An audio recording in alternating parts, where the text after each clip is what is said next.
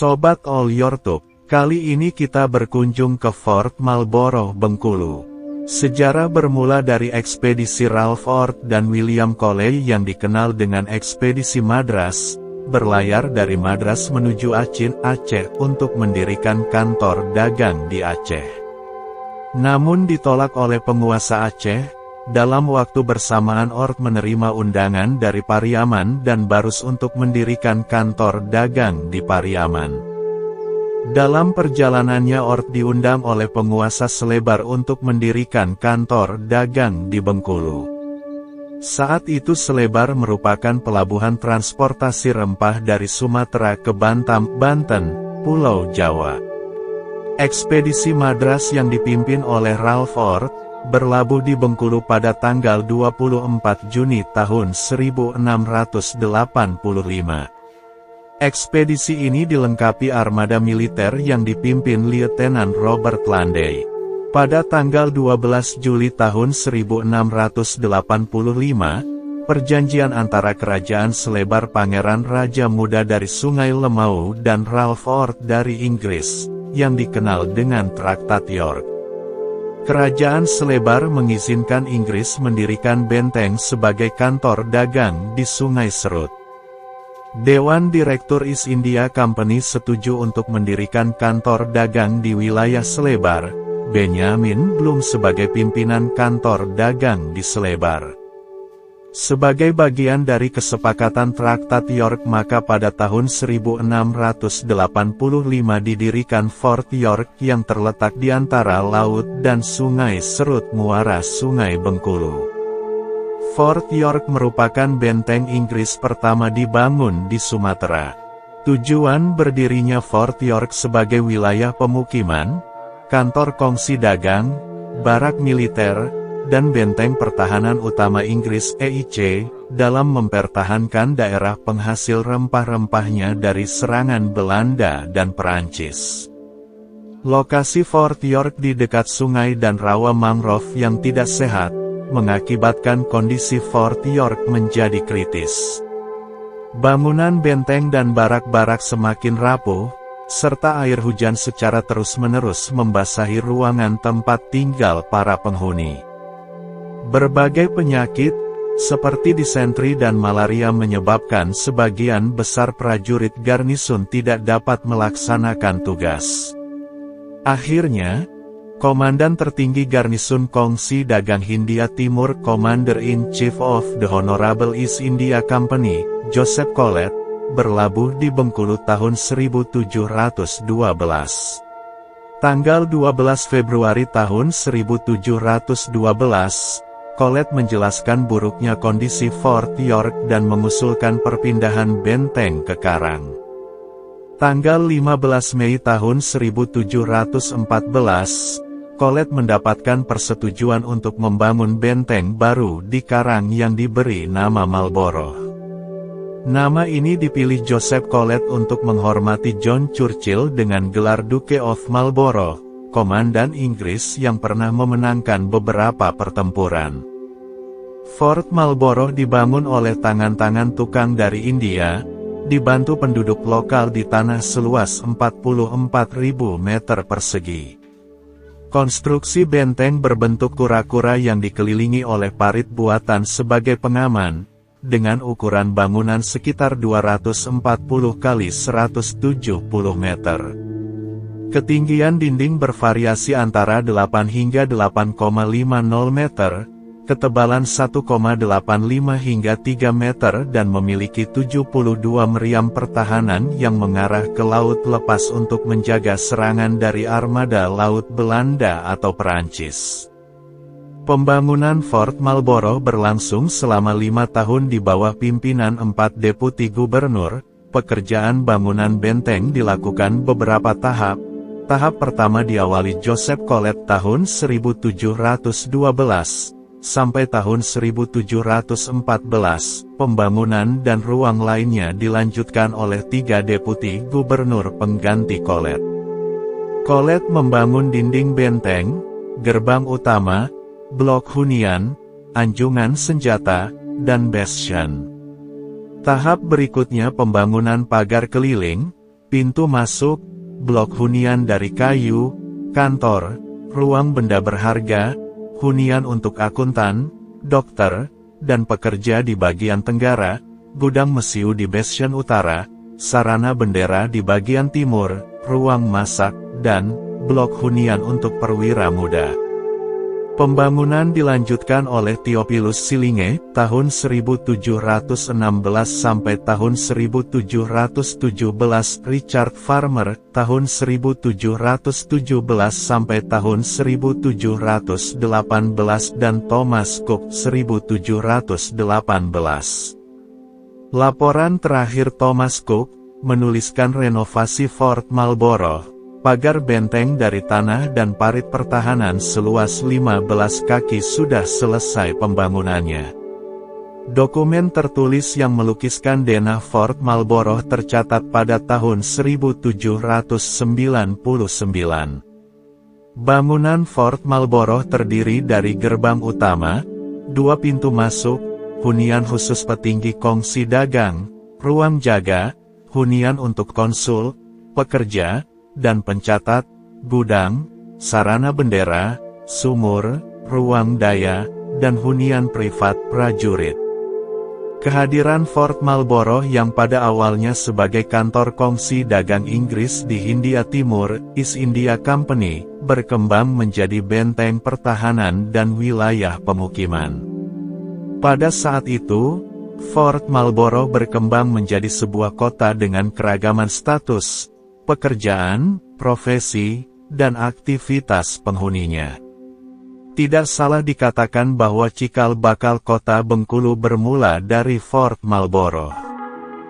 Fungsi Fort Marlborough sebagai benteng pertahanan Inggris di Hindia Timur, sebenarnya sudah dimulai dengan kedatangan Ralph Ord pertama kalinya ke Bengkulu.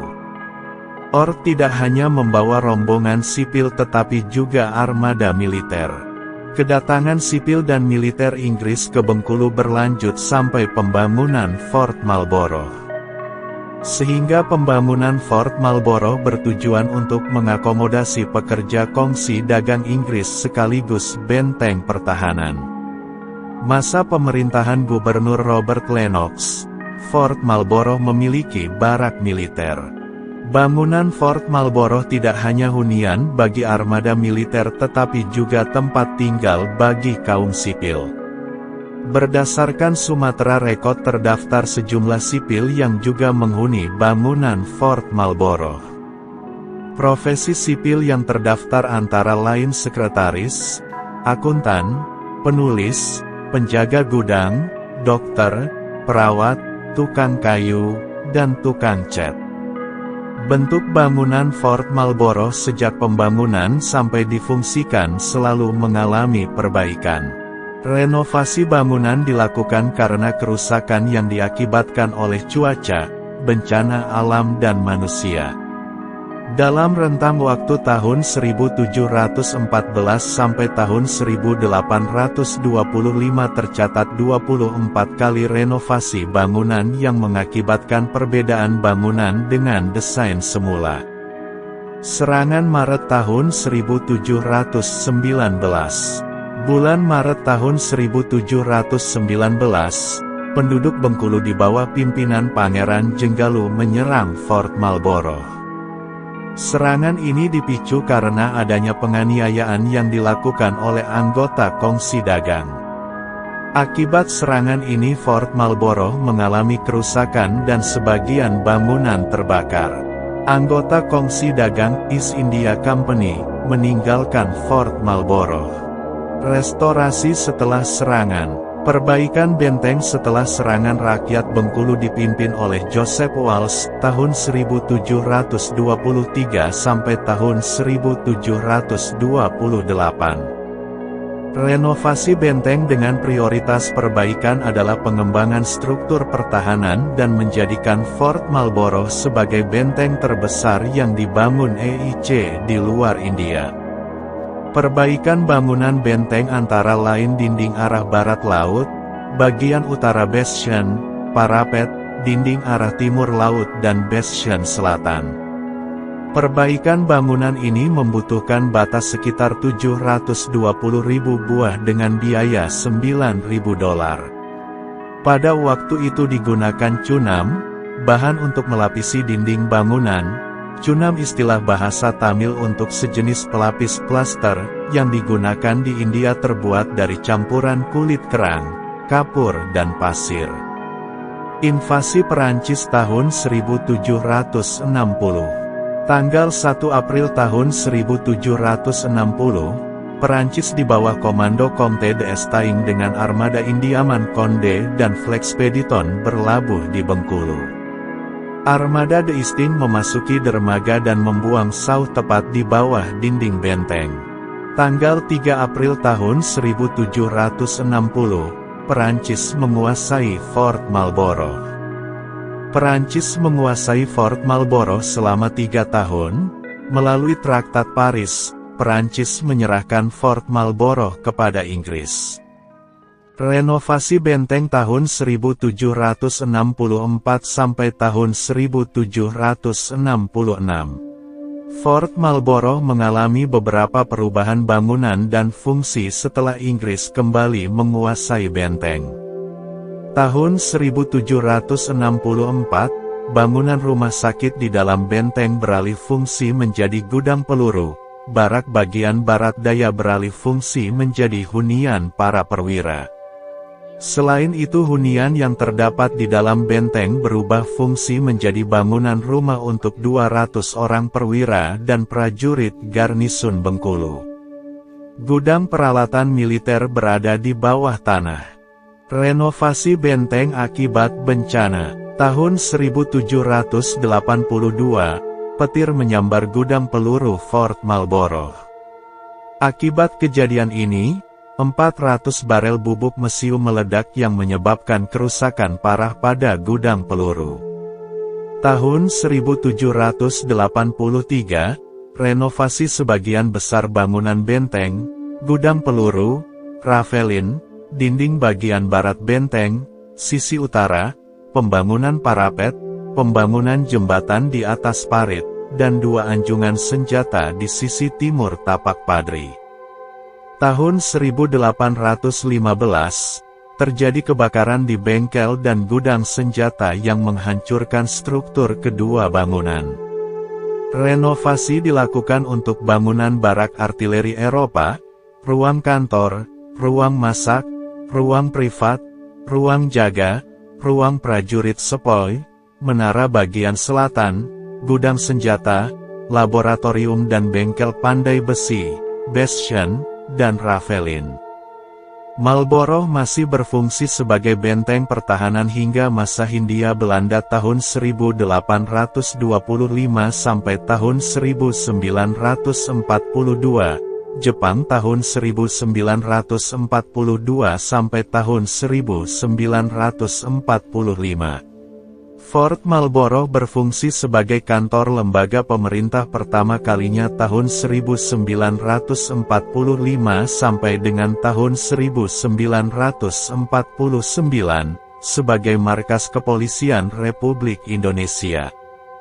Tahun 1949, Fort Marlborough direbut oleh Belanda, namun dikuasai kembali oleh pemerintah Indonesia. Tahun 1949 sampai tahun 1983 Fort Marlborough berfungsi sebagai markas Tentara Nasional Indonesia Angkatan Darat, Komando Distrik Militer 0407. Tahun 1983 sampai tahun 1984, Fort Marlborough sebagai bangunan bersejarah dipugar oleh Departemen Pendidikan dan Kebudayaan Republik Indonesia. Hingga saat ini Fort Marlborough menjadi destinasi wisata sejarah utama bila berkunjung ke Bengkulu.